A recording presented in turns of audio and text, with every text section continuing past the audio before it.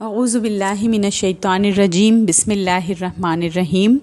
دورہ قرآن میں قرآن کا 25واں جز سورۃ شورى شروع ہوتی ہے آیت نمبر 1 سے آیت نمبر 10۔ نبی اکرم صلی اللہ علیہ وسلم سے خطاب کہ قرآن ویسی ہی وحی ہے جیسی کہ پہلے رسولوں کو کی گئی۔ آسمانوں اور زمین کی بادشاہی اور ملکیت اللہ ہی کی ہے اور فرشتے اس کی تکبیر اور تسبیح کرتے رہتے ہیں۔ وہ لوگ جنہوں نے اللہ کے سوا اور ولی اور وکیل بنا لیے ہیں، نبی اکرم صلی اللہ علیہ وسلم پر ان کی کوئی ذمہ داری نہیں ہے۔ قرآن مکہ کے لوگوں کے لیے انذار ہے اور اسی کتاب کی بنیاد پر ان کا حساب اور ان کی جزا اور سزا کا فیصلہ ہوگا۔ پھر آگے آیت نمبر 11 سے آیت نمبر 20 توحید کا بیان مضبوط دلائل کے ساتھ ہے۔ اللہ نے سب اقوام اور رسولوں کی طرف ہمیشہ ایک ہی دین بھیجا کہ صرف اللہ کی بندگی کریں، اس کی خالص اطاعت کے ساتھ۔ تفرقہ رسولوں کے بعد پیدا ہوا اور اس کی وجہ آپس کا حسد، ضد اور ہٹ دھرمی تھی۔ نبی اکرم صلی اللہ علیہ وسلم کو تاکید کہ اللہ کے راستے میں ثابت قدمی سے جمے رہیں اور لوگوں کو عدل کی طرف دعوت دیں اور کافروں کی متکبرانہ خواہشات کے پیچھے نہ چلیں۔ اللہ نے قرآن کو میزان اور کسوٹی بنا کر بھیجا ہے تاکہ پچھلے صحیفوں کے بارے میں فیصلہ کرے اور تمام انسانیت کو ایک اللہ کی اطاعت پر اکٹھا کرے۔ وہ لوگ جو اس میزان کا انکار کریں گے وہ اسی کے مطابق جج کیے جائیں گے۔ مومنین قیامت کا خوف رکھتے ہیں اور منکرین اس کی جلدی مچاتے ہیں کیونکہ وہ اس کی شدت اور ہمیشگی سے واقف نہیں ہیں۔ جو لوگ آخرت کے لیے جد و جہد کریں گے وہ فائدہ اٹھائیں گے اور جو صرف اس دنیا کی چاہت اور کوشش کریں گے ان کا آخرت میں کوئی حصہ نہ ہوگا۔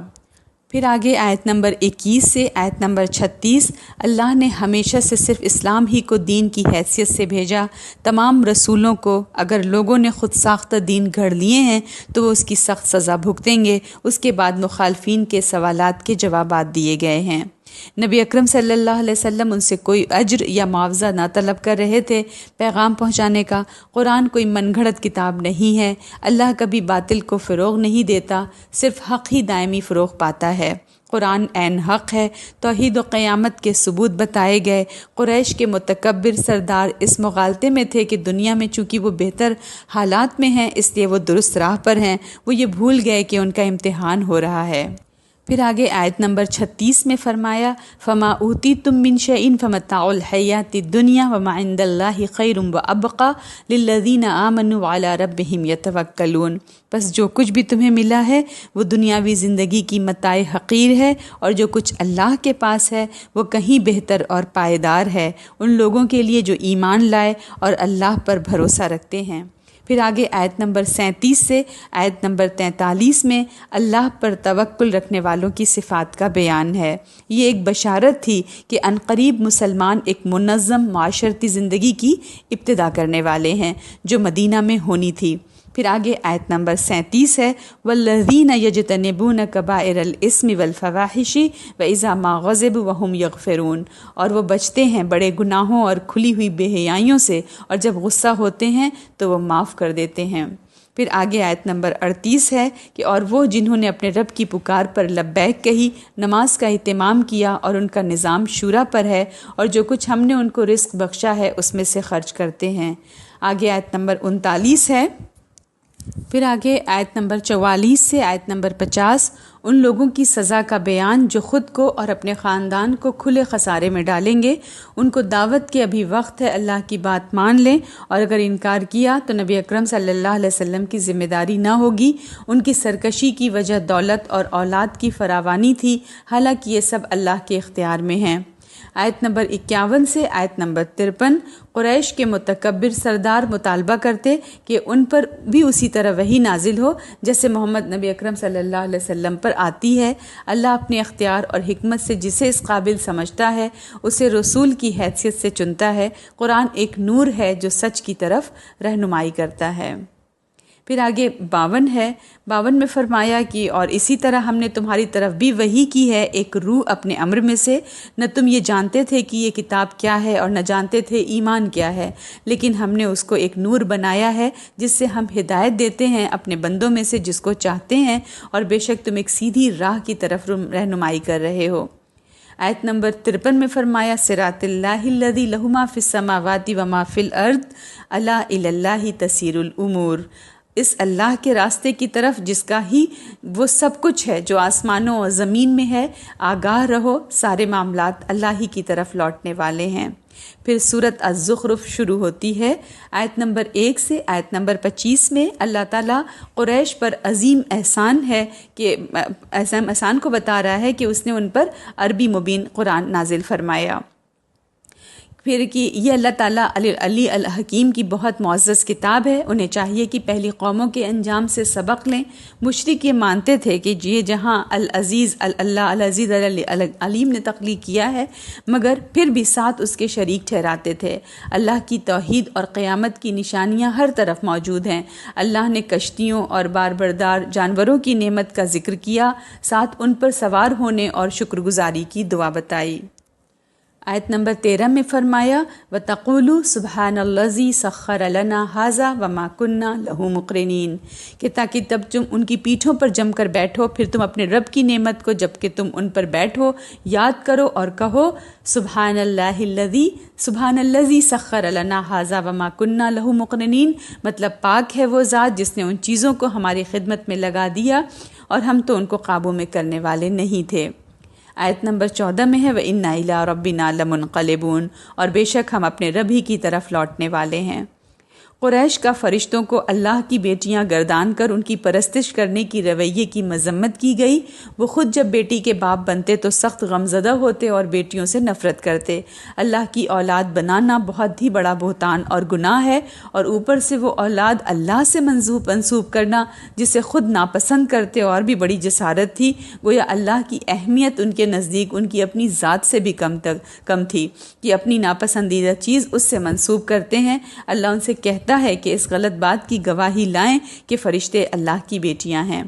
وہ بغیر کسی دلیل کے اندھا دھن اپنے آباء و اجداد کی پیروی کر رہے تھے۔ یہی حال پہلے قوموں کا ہوا، اور اگر قریش نہ سنبھلے تو ان جیسا ہی انجام دیکھیں گے۔ آیت نمبر 26 سے آیت نمبر 45 میں بتایا قریش کو ابراہیم علیہ السلام کی مثال دی گئی، جنہوں نے شرک سے بچنے کے لیے اپنا باپ اپنا شہر تک چھوڑ دیا تھا۔ وہ ان کے اصل جد امجد تھے اور وہ ابراہیم علیہ السلام کی سنت پر چلنے کے بجائے گمراہ آبا کی پیروی میں مگن تھے۔ ان کے نہ ماننے کی اصل وجہ ان کا تکبر تھا۔ وہ چاہتے تھے کہ نبی اکرم صلی اللہ علیہ وسلم کو مکہ یا طائف کے بڑے لیڈروں میں سے ہونا چاہیے تھا۔ اللہ ان سے پوچھتا ہے کہ جب ان کے رزق کی تقسیم مکمل اسی کے ہاتھ میں ہے تو رسول چننے کا اختیار کسی اور کو کیسے ہو سکتا ہے؟ اس دنیا کی قیمت اللہ کے نزدیک کچھ بھی ہوتی تو اللہ دنیا میں ان کافروں کو سب کچھ بخش دیتا، مگر اس طرح یہ امتحان بہت سخت ہو جاتا۔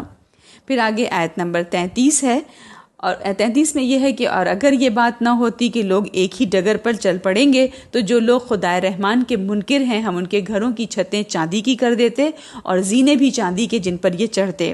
پھر آگے آیت نمبر 34 میں فرمایا اور ان کے گھروں کے کواڑ یعنی ان کے دروازے اور ان کے تخت بھی چاندی کے جن پر یہ ٹیک لگا کر بیٹھتے۔ آیت نمبر 35 میں فرمایا اور یہ چیزیں سونے کی بھی کر دیتے، اور یہ چیزیں تو بس دنیا کی زندگی کی متاع ہیں، اور آخرت تیرے رب کے پاس متقیوں کے لیے ہے۔ اللہ کی اطاعت نہ کرنے والے لوگ شیطان کے بہکاوے میں آئے ہوئے ہیں۔ نبی اکرم صلی اللہ علیہ وسلم کو تسلی کہ آپ صلی اللہ علیہ وسلم اندھے اور بہرے لوگوں کی رہنمائی نہیں کر سکتے، تو خود سیدھے راستے پر مضبوطی سے جمے رہیں اور اپنا کام جاری رکھیں۔ پھر آیت نمبر 46 سے آیت نمبر 56 میں موسیٰ علیہ السلام کی مثال کہ جو قوم رسول کو جھٹلاتی ہے اس کا فیصلہ اسی دنیا میں چکا دیا جاتا ہے کہ مصریوں کو بہت سے معجزات دکھائے گئے مگر انہوں نے جادو کہہ کر انہیں جھٹلا دیا، سو قریش بھی معجزہ دیکھ کر ماننے والے نہیں۔ آیت نمبر 57 سے آیت نمبر 65 عیسیٰ علیہ السلام بھی باقی رسولوں والا ہی پیغام لے کر تشریف لائے، ان کے پیروکاروں نے ان کا درجہ بڑھا کر اللہ کے بیٹے کا کر دیا۔ قریش عیسیٰ علیہ السلام کا نام سن کر شور کرتے کہ ہمارے معبود ان سے بہتر ہیں۔ اللہ یاد کراتا ہے کہ وہ عیسیٰ علیہ السلام کا ذکر معبود کی حیثیت سے نہیں بلکہ رسول اور آخرت کی نشانی کی حیثیت سے کر رہا ہے۔ ان کے پیغام کا پھر اختصار سے بیان ہے۔ آیت نمبر 66 سے آیت نمبر 89 نیکوکاروں اور سرکشوں کا انجام ایک دوسرے کے مد مقابل پیش کیا گیا۔ دوست اس روز دشمن ہو جائیں گے۔ آیت نمبر 67 میں فرمایا اس دن تمام دوست ایک دوسرے کے دشمن بن جائیں گے بجز متقین کے۔ اس دن کافروں کے لیے کوئی شفاعت نہ ہوگی، تو چاہیے کہ اسی دنیا میں اپنے رویے درست کر لیں تاکہ سخت عذاب سے بچ سکیں۔ سورۃ الدخان شروع ہوتی ہے، آیت نمبر 1 سے آیت نمبر 16 میں ہے کہ قرآن ایک خاص رحمت ہے جو ایک بہت ہی بابرکت رات میں السمیع اور العلیم اللہ کی طرف سے نازل کی گئی۔ جو لوگ نصیحت حاصل کرنے کے بجائے اسے جھٹلا رہے ہیں وہ اس جرم کی پاداش میں سزا بھگتیں گے۔ آیت نمبر 2 میں فرمایا والکتاب المبین، قسم ہے واضح کر دینے والی کتاب کی۔ آیت نمبر 3 میں فرمایا انا انزلناہ فی لیلۃ مبارکۃ انا کنا منذرین، بے شک ہم اس مبارک رات میں ہم نے اس کو اتارا ہے، بے شک ہم لوگوں کو آگاہ کر دینے والے تھے۔ آیت نمبر 4 میں ہے فیہا یفرق کل امر حکیم، اس رات میں تمام پر حکمت امور کی تقسیم ہوتی ہے۔ آیت نمبر 5 میں ہے امرم من عندنا انا کنا مرسلین، خاص ہمارے امر سے بے شک ہم رسول بھیجنے والے تھے۔ آیت نمبر 6 میں رحمتم من ربک انہ هو السمیع العلیم، خاص تیرے رب کی رحمت سے بے شک سننے جاننے والا وہی ہے۔ پھر آیت نمبر 17 سے آیت نمبر 33 میں فرعون کی سرکشی اور اس کے نتیجے میں اس کی سزا کی مثال ہے۔ قریش کے سردار نبی اکرم صلی اللہ علیہ وسلم کے خلاف اسی طرح سازشیں کر رہے تھے جیسے فرعون نے کی تھی، تو یہ بھی ویسا ہی عذاب دیکھیں گے۔ فرعون کی قوم اپنے تمام قیمتی اثاثے پیچھے چھوڑ گئی اور نہ آسمان رویا اور نہ زمین نے سوگ منایا، کیونکہ وہ اللہ کے نافرمان تھے۔ آیت نمبر 29 میں فرمایا پس نہ ان پر آسمان نے آنسو بہائے اور نہ ہی زمین نے، اور نہ ہی وہ مہلت پانے والے ہی بنے۔ فما بکت علیہم السماء والارض وما کانوا منذرین۔ آیت نمبر 34 سے آیت نمبر 57 میں فرمایا قریش کے انکار کی اصل وجہ یہ تھی کہ وہ آخرت میں دوبارہ اٹھائے جانے کا تصور بھی نہ کر سکتے تھے۔ اللہ انہیں اس چیز کے دلائل دیتا ہے اور اس دن کی ہولناک عذاب کی تصویر کشی بھی کر دی گئی اور نیک لوگوں کا انجام بھی بتا دیا گیا۔ پھر آیت نمبر 58 سے آیت نمبر 59 میں ہے کہ سورہ قرآن کی اہمیت کے بیان سے شروع ہوئی اور خاتمہ میں بھی پھر قرآن کا ذکر آیا کہ ایک آسان ہدایت ہے سمجھنے اور عمل دونوں کے لحاظ سے، مگر اگر کافر رحمت کے بجائے عذاب کے منتظر ہیں تو پھر انتظار کریں۔ سورۃ جاسیہ شروع ہوتی ہے، آیت نمبر 1 سے آیت نمبر 15 میں قرآن اللہ العزیز اور حکیم اللہ کی وحی ہے اور اس کی توحید اور ہر لحاظ سے نقص سے پاک ہونے کی شہادت ہر طرف موجود ہے ان کے لیے جو ماننا چاہیں۔ قریش کے سردار تکبر میں تمام نشانیوں کا انکار کر رہے تھے، تو اب قرآن کے بعد وہ کس چیز پر ایمان لائیں گے؟ پھر آگے آیت نمبر 7 میں فرمایا ویل لکل افاک اثیم، ہلاکت ہے ہر جھوٹے گنہگار کے لیے۔ آیت نمبر 8 میں فرمایا جو اللہ کی آیتیں سنتا ہے اس کو پڑھ کر سنائی جا رہی ہیں، پھر وہ استکبار کے ساتھ اپنی روش پر ضد کرتا ہے گویا اس نے وہ سنی ہی نہیں، تو انہیں ایک دردناک عذاب کی بشارت سنا دو۔ آیت نمبر 9 میں فرمایا اور جب اس کو ہماری آیات میں سے کسی بات کا علم ہوتا ہے تو اس کا مذاق بنا لیتا ہے، یہی لوگ ہیں جن کے لیے رسوا کن عذاب ہے۔ آیت نمبر 16 سے آیت نمبر 23 میں فرمایا بنی اسرائیل نے مشرکین کی در پردہ حمایت شروع کر دی تھی، اس بات سے پردہ اٹھایا جا رہا ہے۔ اللہ نے ان کو اپنی ہدایت کے لیے چنا تھا، مگر انہوں نے آپس کی ضد اور حسد میں تفرقہ برپا کیا۔ نبی اکرم صلی اللہ علیہ وسلم کو قرآن کو مضبوطی سے تھامنے کی تاکید ہے اور مشرکین اور نام نہاد اہل کتاب کی خواہشات کی پیروی سے روکا گیا ہے۔ یہ منکرین اصل میں اپنی مرضی اور خواہشات کی پیروی کر رہے تھے۔ پھر آگے فرمایا کیا دیکھا تم نے اس کو جس نے اپنی خواہش کو معبود بنا رکھا ہے اور جس کو اللہ نے علم رکھتے ہوئے گمراہی کر دے دی اور اس کے کان اور اس کے دل پر مہر کر دی اور اس کی آنکھوں پر پردہ ڈال دیا؟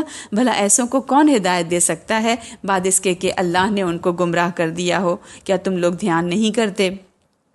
آیت نمبر 24 سے آیت نمبر 37 میں ہے کہ جب قریش آخرت کے دلائل کے آگے لاجواب ہو جاتے ہیں تو کٹ حجتی کے لیے کہتے ہیں کہ ہمارے آباء و اجداد کو ہمارے سامنے زندہ کر کے دکھاؤ، حالانکہ اللہ نے آخرت میں دوبارہ اٹھانے کا وعدہ کیا ہے، نہ کہ ان کے مطالبے پر۔ اس روز لوگ گھٹنوں کے بل اپنے اعمال ناموں کی طرف نہایت عاجزی سے بلائے جائیں گے۔ اس دن کا اور اللہ کی آیات کا مذاق اڑانے والوں کے لیے خوفناک عذاب ہوگا اور صالحین کے لیے بے پناہ اجر منتظر ہوگا۔ مکمل عدل و انصاف ہونے کے بعد ہر طرف اللہ کی تعریف اور شکر کے ترانے گونجیں گے۔ والسلام علیکم ورحمۃ اللہ وبرکاتہ۔